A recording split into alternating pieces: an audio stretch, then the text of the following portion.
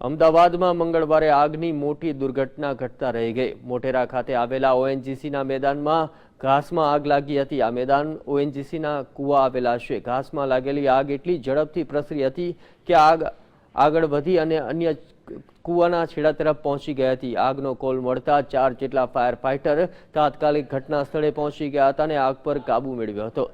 સ્થાનિકોનું જો માનીએ તો આગ લાગવાના થોડા સમય પહેલા આ માર્ગ પરથી લગ્નની એક જાન પસાર થઈ હતી અને ફટાકડાનો તણખો ઉડતા આગ લાગી હોવાનું પ્રાથમિક તપાસમાં બહાર આવ્યું છે। ત્યારે અહીં પ્રશ્ન એ થાય કે જો આગને કાબૂમાં ન લઈ શકાય હોત અને જો આગ કૂવા પાસે પહોંચી ગઈ હોત તો શું થાત? ઓએનજીસીની બેદરકારી એટલી હતી કે કૂવા છે ત્યાં મેદાનમાં લાકડા અને અન્ય નકામી ચીજવસ્તુઓ રાખવામાં આવી છે, જેમાં આગ ઝડપથી પ્રસરી જતી હોય છે। આ બાબતને ગંભીરતાથી લઈને ઓએનજીસીના અધિકારીઓ કોઈ પગલાં ભરે તો તે હવે સારી વાત ગણી શકાય।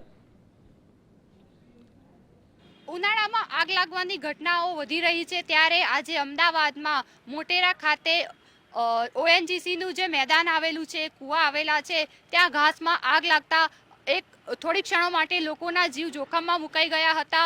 નાનો તણકલો જે જાન પસાર થઈ રહી હતી તે ફટાકડા ફોડી રહી હતી અને તેનો તણકલો ઘાસમાં ઉડતા ઘાસમાં આગ લાગી હતી। આગ પ્રસરી રહી હતી તે દરમિયાન જ ફાયર ફાઇટરે પોતાની તાબડતોબ કામગીરી પ્રારંભ કરી, જેને કારણે જે આગ છે તે આગ કૂવા પર પહોંચતા અટકી ગઈ હતી અને મોટી દુર્ઘટના ટળી છે। કેમેરામેન નિલેશ સોસા સાથે ઝલક અધ્યારું, GSTV, અમદાવાદ।